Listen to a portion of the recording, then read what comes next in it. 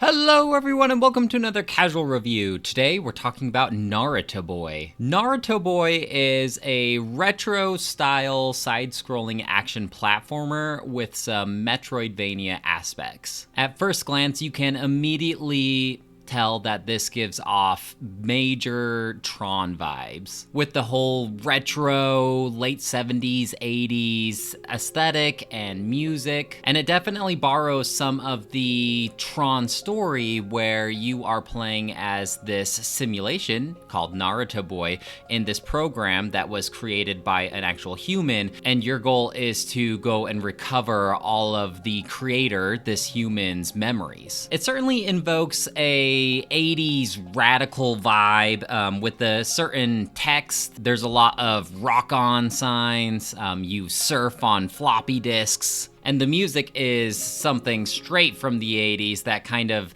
retro slash futuristic techno kind of music. You would definitely hear something similar in a show like Stranger Things from that time. And even the screen itself is formed in a way that makes it look like you are looking at an old CRT TV where the very edges of it are kind of curved, maybe a little foggy, a little hazy. I really like this aesthetic, and it definitely stood out amongst the sea of indie video games. Sometimes the CRT TV effect can be a little distracting and maybe a little hard to see if you're up against the edge of the screen and you're in like a super dark area. Usually it's not too big of a deal though. I also think that is kind of cool that you get like these scan lines from this old monitor. So the aesthetics and the soundtrack are really the main highlights, I would say, of this game, in my opinion at least. The gameplay itself is serviceable, but it's nothing too groundbreaking.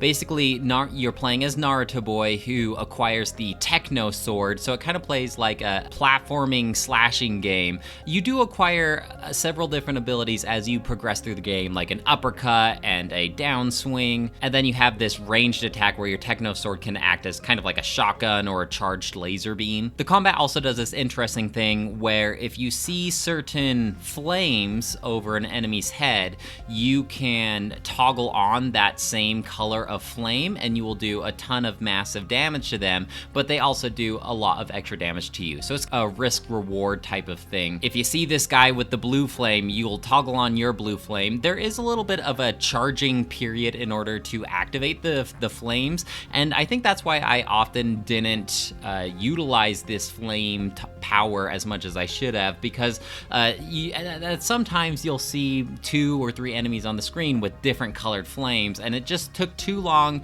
for me to stand still and toggle between the different colored flames. But when I did remember to do it, it would definitely come in handy, because oftentimes you will take down these guys in one hit. So I said a little earlier that this game has some Metroidvania aspects to it.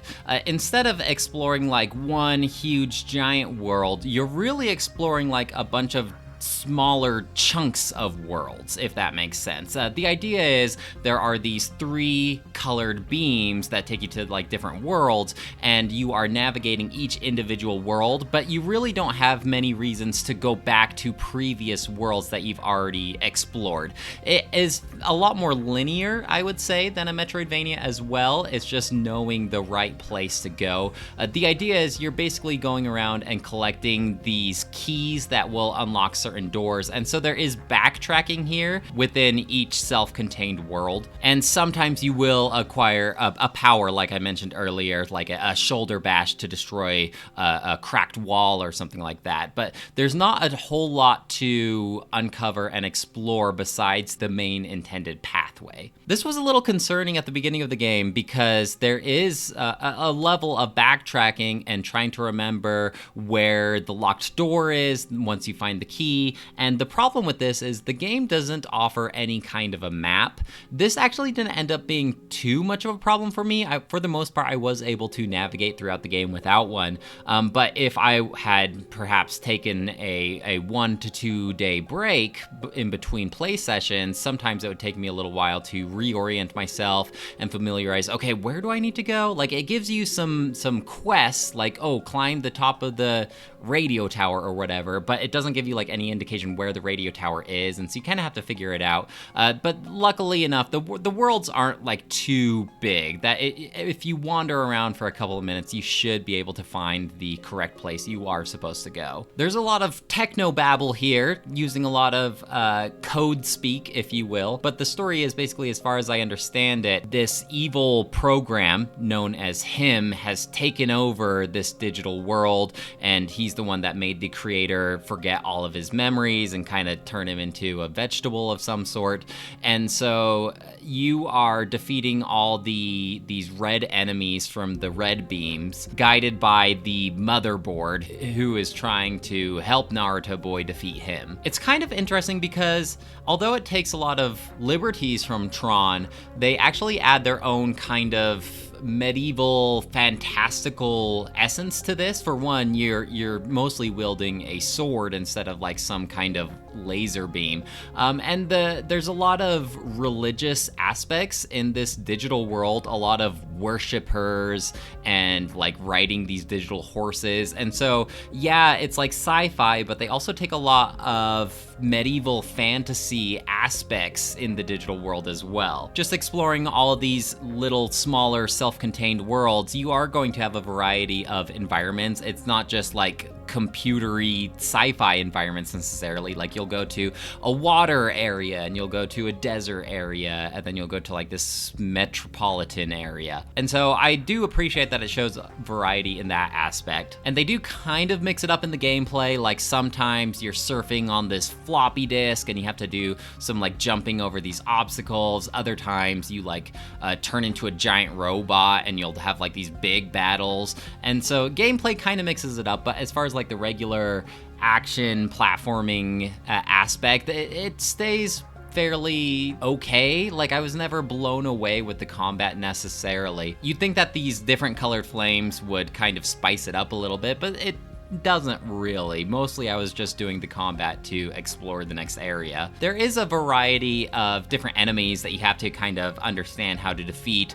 Certain enemies require you to like stab them. Other enemies require you to like dodge their massive overswing of their sword. And so you do start to recognize different enemies and like understand their attack patterns. The bosses themselves were fairly interesting. Some of the later ones become increasingly frustrating. Like I never thought that this game was overwhelmingly difficult, but 2 or 3 of the end level bosses maybe had a bit too much health, or their attacks were a bit too difficult to navigate around, because it's not like the controls are super tight in this game. But yeah, to me, the real enjoyment of this game is mostly the aesthetics here, and the music is really good and really unique. It's not too long of a game. I want to say it took me maybe 10-ish hours, which is a bit longer than what it says on howlongtobeat.com. Most guys there say it takes them only about 8 hours. And there is a very slight amount of side content that you can go for. Basically, you're trying to,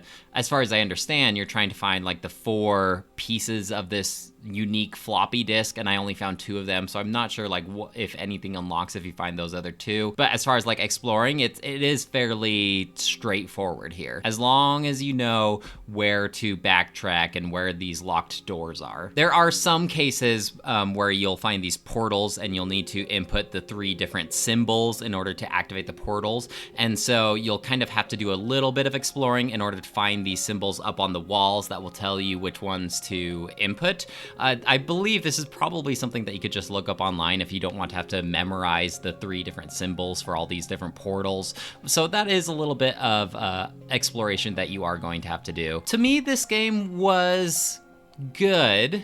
So I will give this game a 3 out of 5. I just wish that it was better, you know? I don't have a ton of complaints about this game, but at the same time, I don't have a lot to gush about aside from the aesthetics and the music. And so it was good. I wouldn't necessarily say that it is a must play unless you absolutely are nostalgic for this type of retro feel, but they definitely left things open for a sequel. It looks like it's going to be a beat 'em up type of game. They have plans for it. At least they teased it at the end credits. And so we'll see how that game goes. I think I enjoyed this game enough to definitely investigate if a sequel does come out. And if you can find this game on sale, I think I got this game for $5 on the Nintendo eShop. I definitely think that it's worth a try. Well guys, that's it for me. Let me know if you have any questions or comments about Narita Boy, and I'd love to hear what you have to say. Otherwise, I'll talk to you later. Bye!